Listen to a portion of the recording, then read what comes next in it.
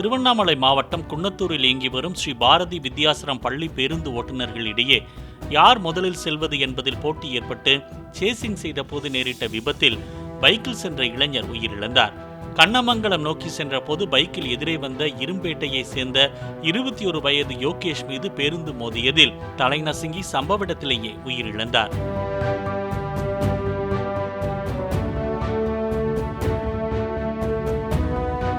பேருந்தை சாலையின் நடுவழியில் நிறுத்திவிட்டு ஓட்டுநர் தப்பி ஓடிவிட்ட நிலையில் போலீசார் விசாரணை நடத்தி வருகின்றனர்.